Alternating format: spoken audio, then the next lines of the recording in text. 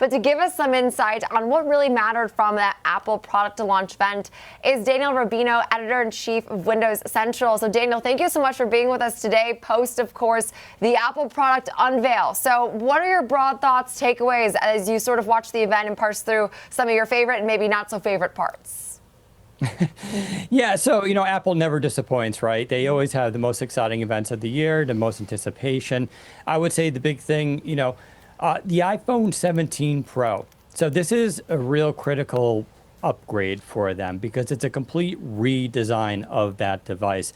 A little bit divisive. The camera array on the back is, let's just say, it's interesting. It's very different, but it's also functional and very powerful. So they didn't do it just for aesthetics, thankfully, but it does have a larger 48 megapixel sensor on the rear, which is really going to help out with both video and, of course, taking photos. So they also have a very interesting color this year, which is orange. Some are comparing it to some sort of almost like a collector's edition. It is very iconic. If you have this orange phone, people on the streets are absolutely going to know that you have the latest and one of the most expensive iPhones out there.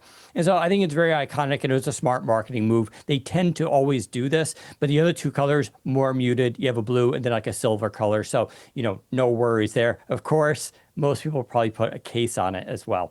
Now, the iPhone 17 regular version, not much has changed with it. It does have some minor hardware upgrades, but really isn't that big of a deal. But then you have the new Air. So again, Apple likes to recycle its terminology, but it is equated with a very specific functionality, which is a very thin device.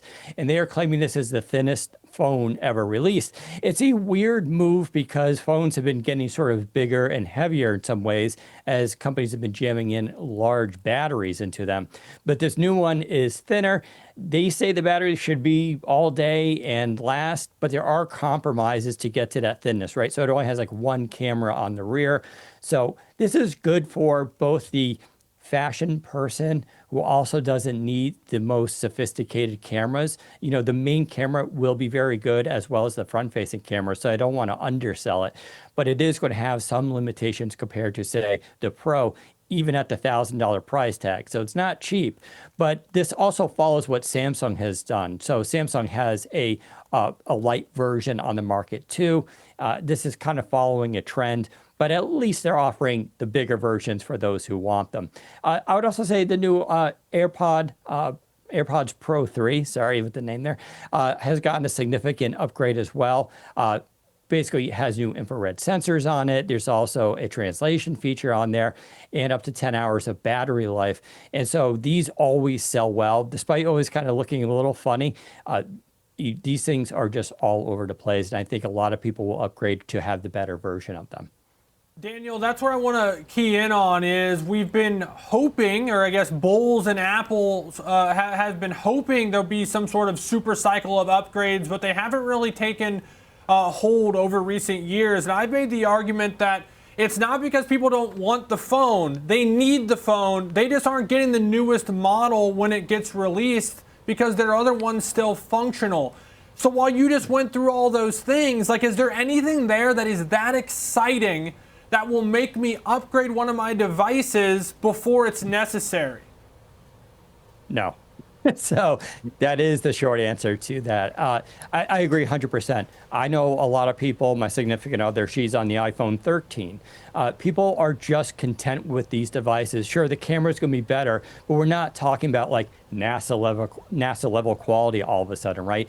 There's just a lot of minor improvements. So I will say Apple has a very good trade-in program. So once you get a phone, it makes sense almost to upgrade to the next year's version because they're going to give you a great value for it, but you're still long-term paying more money for it. It will be interesting to see how many people do the upgrade. Now, the Pro version, the reason I was saying it's so important is because this is expected to be the first of many significant redesigns for their product. So this was the Pro. I think next year you'll see the iPhone 7, the iPhone 18, the regular version, also get a redesign. You'll also probably see this with its laptops and other hardware, including the watch. So this is supposed to be a new era for them because let's be honest, the iPhone 16 through the 13 have been pretty similar to each other. Not much has changed with the new Pro. It just looks better, I think, or it looks at least different. So as far really as, I mean, like the Air, is it going to be enough of a driver of upside as some are saying? I know the Air is the model of the iPhone 17 that everyone's talking about still. Yeah, I think the Air is an interesting move. I don't know. I don't know if people are going to buy it though, because the market really hasn't been screaming for super thin phones. What people want is a battery that lasts all day. And so they've been willing to put up with, slightly thicker devices, and they've been kind of okay with it and used to it. The thin thing, I've been covering smartphones ever since they came out, since like 2007. We've gone through the thin thing before with phones, right? Everybody remembers the Razr phone from Motorola. So we've been through that phase. It's kind of funny that we're kind of returning back to it.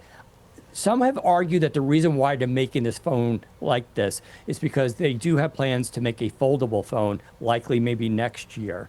And this is sort of an engineering path for them to get there, since you have to have two sides that are really thin. Good stuff. I'll be waiting for the second or third iteration of some of these things. Tends to be better. We'll see, though. Daniel Rubino, always a pleasure, my friend. Editor-in-Chief, Windows Central.